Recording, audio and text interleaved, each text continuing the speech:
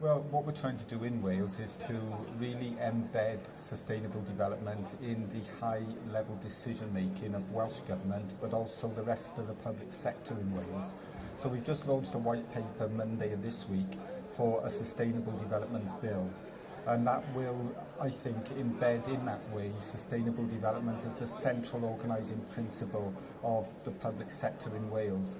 And as well as a sort of high-level commitment, there will be on-the-ground arrangements through audit to ensure that there's actual delivery on the ground and indicators and outcomes, and an independent sustainable development body to offer advice and support.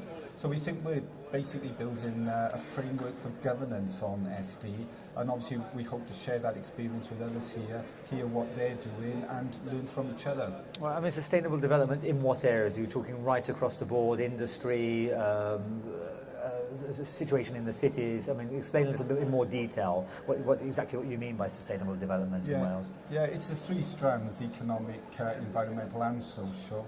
And it's very much about well-being of people and community, so it's very broad. It's a broad definition of SD. But what we want to make sure is that in everything that Welsh Government, local government, the health service, education in Wales, when decisions are made, they're made for the long term, they're integrated and joined up, and they are on the three strands of sustainable development. Okay, so that's sorting out your own backyard, sorting out life back home in Wales. You also have two projects, one in Uganda and one in Lesotho in South Africa. How did you first of all come to make contact with those two very distant places? What is it you're doing in those two places? Yeah, well, we've got an overall Wales for Africa programme, which is about linking with sub-Saharan Africa for mutual benefit and building relationships. We've got a lot of community links between communities in Wales and sub-Saharan Africa. So a lot of things have grown apace really since we've had that programme as an overall framework. We've had long-standing links with Lesotho in southern Africa for decades, and now we're building on those. And just this week here in Doha, I met with the Environment, the Energy Minister in Lesotho, and we agreed to take forward a climate change strategy. So Wales will work with Lesotho to work up a climate change strategy.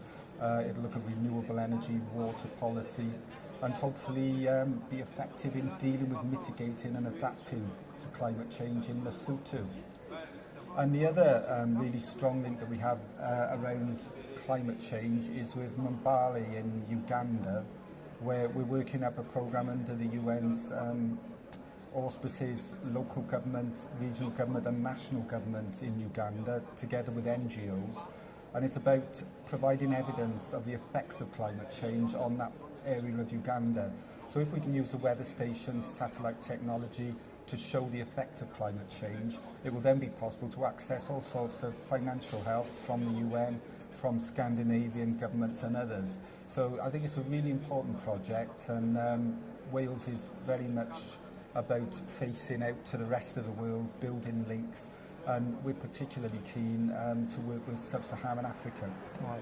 I just wondered if Lesotho and you know, Uganda, obviously very different situation, very different stage of development to Wales. Is there any common threads in applying climate change policies, sustainable development policies in Wales to Lesotho? What can you use from Wales that you applied on the ground somewhere like Lesotho, if anything?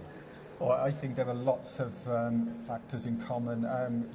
For example, we just had the wettest summer in the UK for 100 years. We had severe weather events in Wales and quite extensive flooding. So, you know, I think that brings home to people the real impacts of climate change. And similarly in Mbale in Uganda, they've had landslips resulting from heavy rainfall, real disruption to communities and indeed loss of life. So I think, you know, we face the same challenges, and that's why it's so important that we work together. Right. And what do you get out of coming to a conference like this, to COP18? What is it you expect from the Welsh Government? And what would you hope to see out of these negotiations by the end of tomorrow? Well, a real deepening and strengthening of working together, sharing experience, sharing ideas, and taking that into the future. So it's not just about the week or 2 weeks here in Doha, it's about how we build on the relationships, build the networks, and work together on challenges that face us all right across the globe.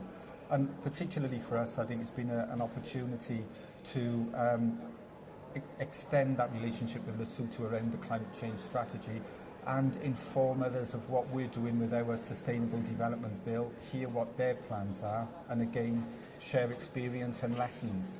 Okay, that's great. Thank you very much.